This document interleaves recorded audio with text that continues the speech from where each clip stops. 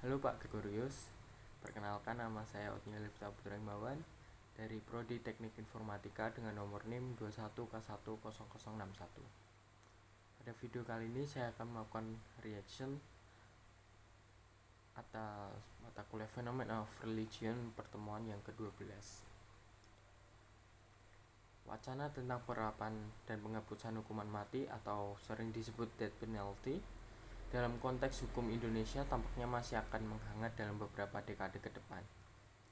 Perdebatan ini sejalan dengan dinamika hukum nasional dan internasional yang sangat pesat dalam setengah abad terakhir serta munculnya pendekatan-pendekatan baru dalam melihat dan menilai relevansi hukuman mati dalam konteks sistem hukum. Dalam perkembangan terakhir, keabsahan hukuman mati terus dipertanyakan. Apakah ini layak atau tidak? Ataukah sesuai dengan kemanusiaan atau tidak? Gugatan ini terkait dengan pandangan hukum, yaitu hukum kodrat, yang menyatakan bahwa hak untuk hidup adalah hak yang melekat pada setiap individu yang tidak dapat dirampas dan dikurang-kurangi, atau biasa dikenal dengan istilah non-derogable rights, oleh siapapun, atas nama apapun, dan dalam situasi apapun termasuk oleh negara, atas nama hukum atau dalam situasi darurat itu pun sendiri. Sebagai hak yang dianugerahkan Tuhan, hak hidup tidak bisa diambil oleh manusia manapun meski atas nama Tuhan sekalipun. Misalnya saja di Indonesia, amandemen kedua UUD 1945 dengan tegas menyebutkan bahwa setiap orang berhak untuk hidup serta berhak untuk mempertahankan hidup dan kehidupannya.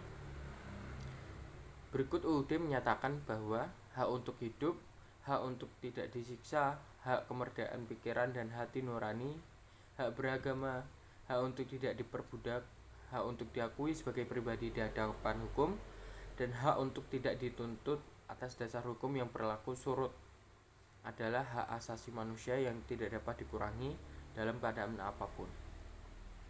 Mengacu pada kedua ayat UUD tersebut, maka dapat disimpulkan bahwa pandangan tentang hak-hak individu yang dianut oleh negara Kesatuan Republik Indonesia mengakui bahwa apa yang dikenal oleh para filsuf dengan hukum kodrat, sebagaimana dijelaskan tadi, yang menyatakan bahwa hak untuk hidup adalah hak yang melekat pada setiap individu yang tidak dapat dirampas dan dikurangi.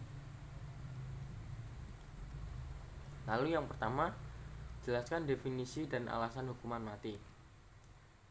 Melalui website Wikipedia, hukuman mati ialah suatu hukuman atau vonis yang dijatuhkan pengadilan atau bahkan tanpa pengadilan sebagai bentuk hukuman terberat yang dijatuhkan atas seseorang, yaitu akibat dari dampak kelakuannya sendiri.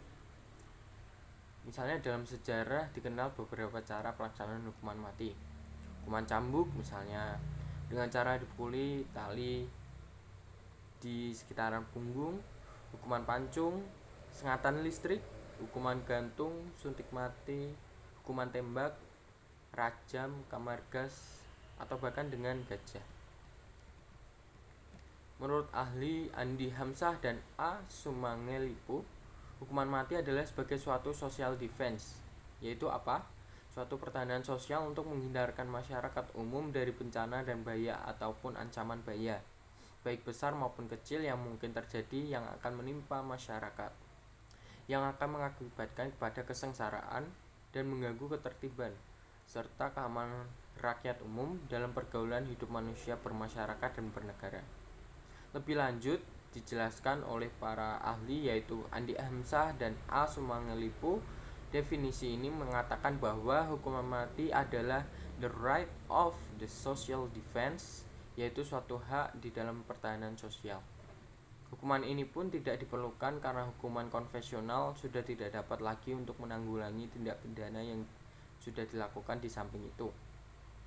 Hukuman mati ini diperlukan untuk mempertahankan suatu ketertiban dan keamanan dalam suatu masyarakat dan keutuhan sistem yang dianut oleh suatu negara. Yang kedua yaitu jelaskan sejarah mengenai pelaksanaan hukuman mati. Sejarah pun mencatat hukuman mati pertama sudah terjadi sejak abad ke-16 sebelum Masehi di Mesir. Berbagai metode mengerikan dikerahkan oleh para algojo untuk melenyapkan nyawa pesakitan atau sering disebut dengan death penalty.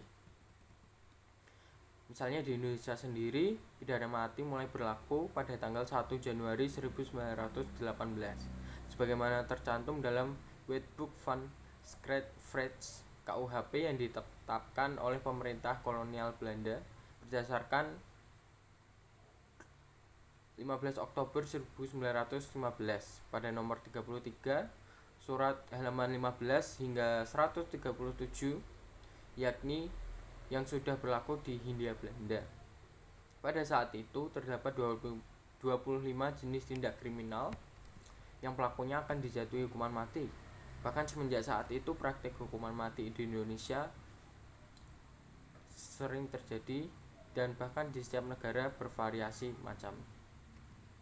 Berubah menyesuaikan kebutuhan masing-masing negara, dan semakin banyak negara yang menerapkan hukuman mati, maka peneguhan praktik hukuman mati pertama terjadi di Indonesia pada pemerintahan kolonial Belanda, yaitu kepemimpinan Daendels tahun 1808.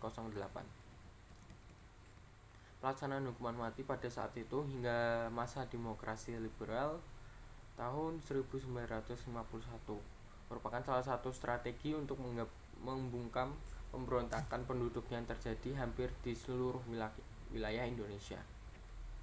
Hingga pada masa Orde Baru pada tahun 1966 hingga 1998, pencantuman hukuman mati pun digunakan sebagai upaya untuk mencapai stabilitas politik untuk mengamankan agenda pembangunan.